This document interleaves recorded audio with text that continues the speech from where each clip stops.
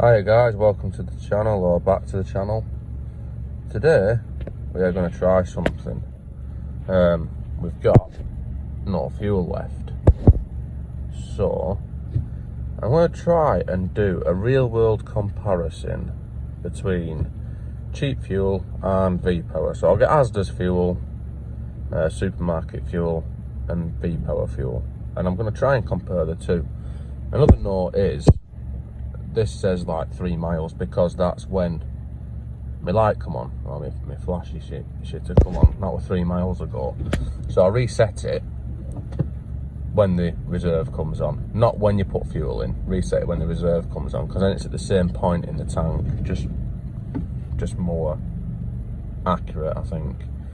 So anyway, let's go and put some cheap fuel in and then see how that behaves. Does anybody else have the same issue with the petrol flap on these? And I've unlocked it, but it's right. That's in play.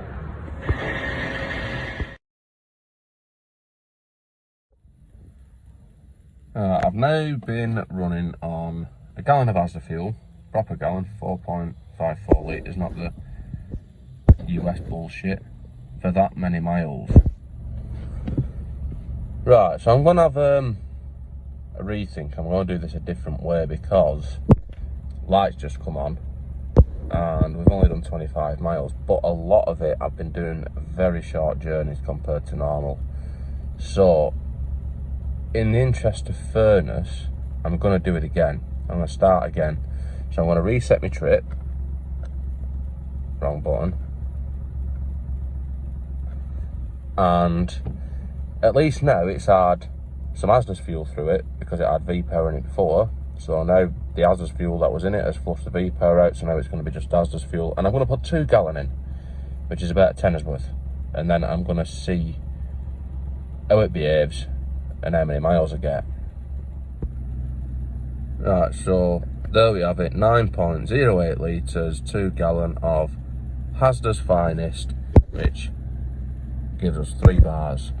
So let's crack on with the test. I mean, I've noticed, just while I've put the gallon in it and then using that up, I've noticed that the car does seem a little bit more, what's the word, hesitant.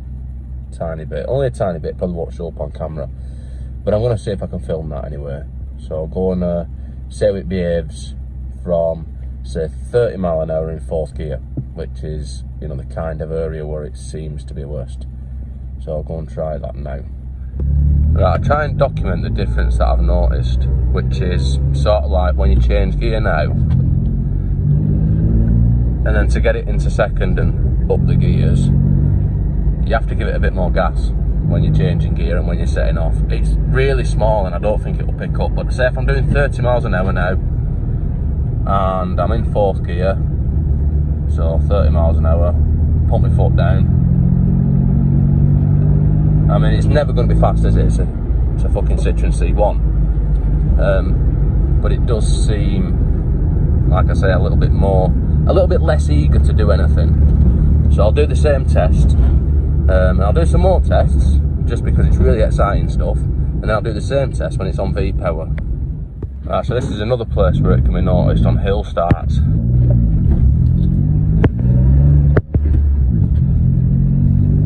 See, when I change gear, it seems to, well, seems hesitant. 30 miles an hour, 4th gear, and go! ASDA's finest.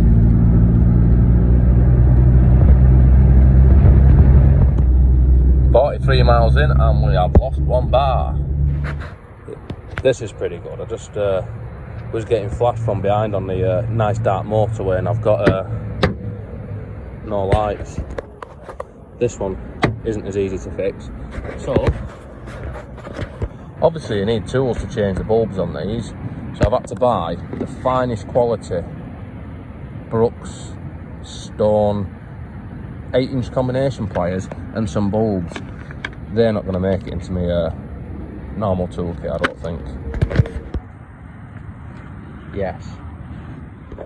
And for the next video, resealing rear lights again. Yes. And that's what we're on so far, and that is when the light stops working. Ooh. And she's on. And that is 50 mile up motorway and the rest round town. So now we're going to put some posh petrol in it. Also fixed me my rear lights and broke the indicator. Yeah! Try the universal fix. Nope. Nope. Nope. Need a bulb. Stole the reverse light. There we have it, 2 gallons of V-Power, which gives us the same amount of fuel as what we had when we started. So let's see how this compares.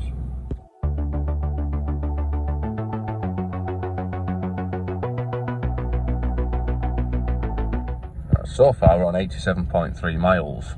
I missed the first bar going out, I didn't notice it. So I'm going to go and do the same tests. 40 mile an hour, 4th gear and all that lot on a hill, going up an hill. And then, the exciting bit, really exciting, I'll put them side by side. The one on the left will be the ASDA's fuel, because I'm not that good at editing, so I won't be able to put writing over them or anything like that. So just the one on the left will be the ASDA's fuel on each clip. So let's go and do them tests, see how it is. Right, we're going to go for it in a big way. 4th gear, 30 miles an hour. Oh no, hold on, slow down a bit. 30 miles an hour, V-Power, go! Probably exactly the same.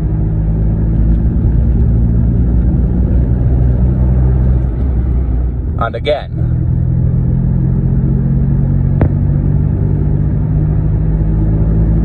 Yeah. Oh, it's coming in now, the power. Right, so let's compare a hill start.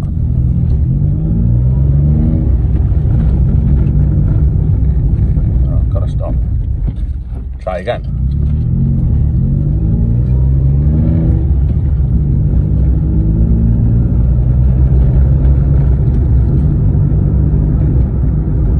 Over 100, still not on reserve.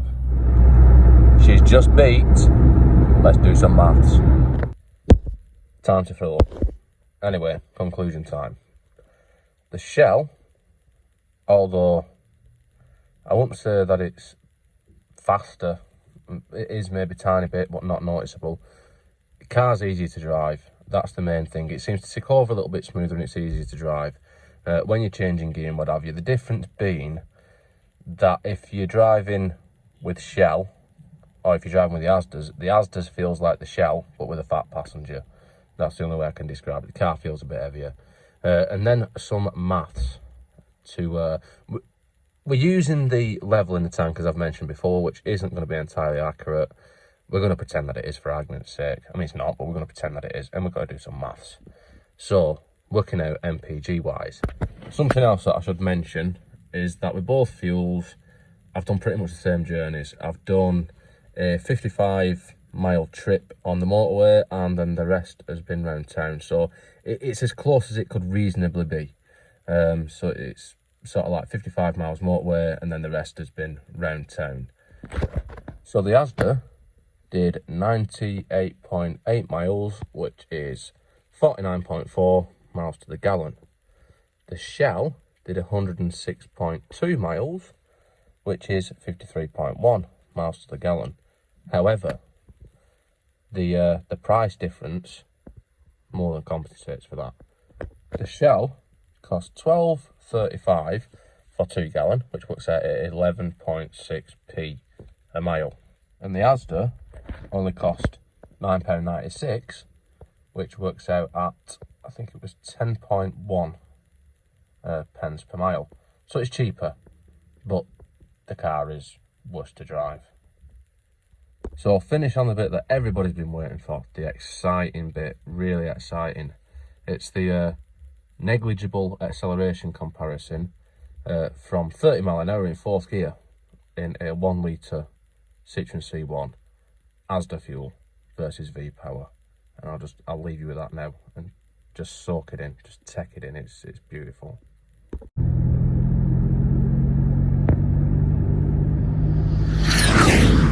Yeah. Oh, it's coming in now, the power.